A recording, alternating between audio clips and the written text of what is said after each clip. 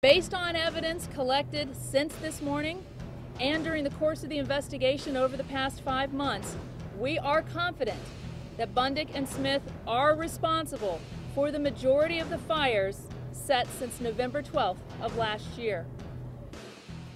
We begin at 5:30 with what state police say is the beginning of the end to the arson nightmare on the Eastern Shore. Just 2 hours ago, they announced the arrest of 2 people in connection with the majority of arsons set on the Eastern Shore since November.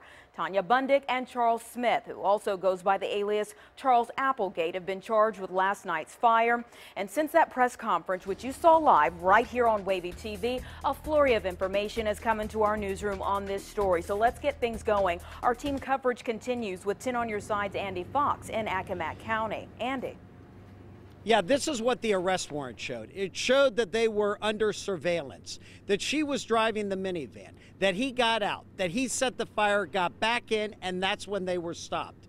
And so it took the 77th arson to make all of this come to an end, we think. What happens if there's another arson tonight? What happens now? Does the whole thing just shut down and go away? We asked that question today of the state police.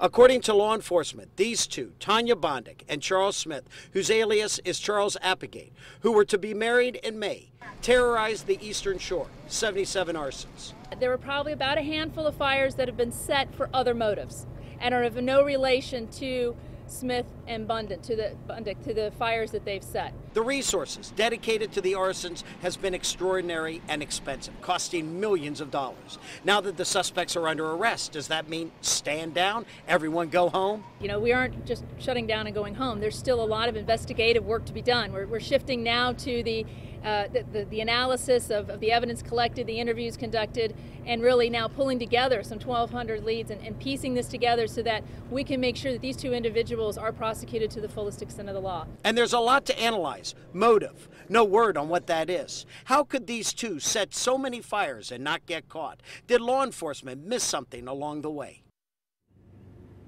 And the Parksley fire station said, yes, a long time ago, he was involved with the fire station, but now they're saying that he had nothing to do with them.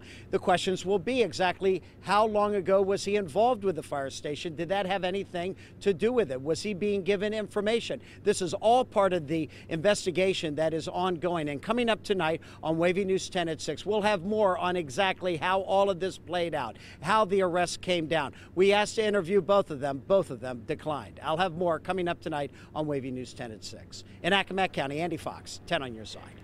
Thank you, Andy. And 10 on your side was the only local station on the Eastern Shore yesterday covering the string of arsons. You'll remember we interviewed a citizen group called the Arsonist Hunters. They made T-shirts that you're seeing here to raise for the overworked fire departments a lot of money. And our Ann McNamara caught up with them today after they learned that state police had made this arrest in the case. And she picks up our team coverage in Accomack County. Ann. Well, first of all, they were all over this. They were up. I was talking to them at 5 a.m. online today, talking about this, 2 people questioning, and they're just overjoyed that this has come to an end. Unfortunately, that means they don't have to make any more T-shirts to sell, but they said they're still going to give that money to the fire department. Now, let's take a look at some of the products they made that we talked about yesterday, and just so happens that's this very same night that the arsonists were caught by police. They say they like to think they played some sort of role in it, but at the end of the day, they're just happy that they made these arrests.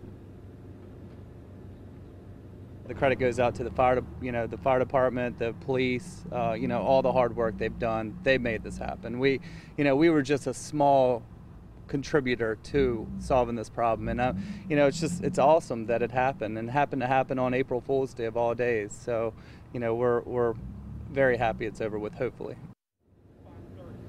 The joke is now, what T-shirt are they going to make next? What are they going to say? We caught the arsonist. They say those are still in the works, and they said they're still interested in raising money because even though this has all come to a close, the fire departments have still been overworked and they still are low on resources because of how many they've used over the last 5 months. One last note, some people laugh at the T-shirts, some people criticize them, but in the end, state police say all of this helped bring some public awareness. People had their eyes and ears open. They said they got 1,200 tips during that investigation, and each and every one helped in some way, though at the end of the day, as Andy just told you, it was police work, old-fashioned police work, that made these arrests. Live in Accomack County, I'm Ann McNamara, 10 on your side. And a lot of people glad to see the arrests have been made, and we just got this mugshot in, this picture of Charles Smith, who also goes by the name Charles Applegate. This just coming into our newsroom here, the mugshot of Charles Smith, who has now been arrested and charged along with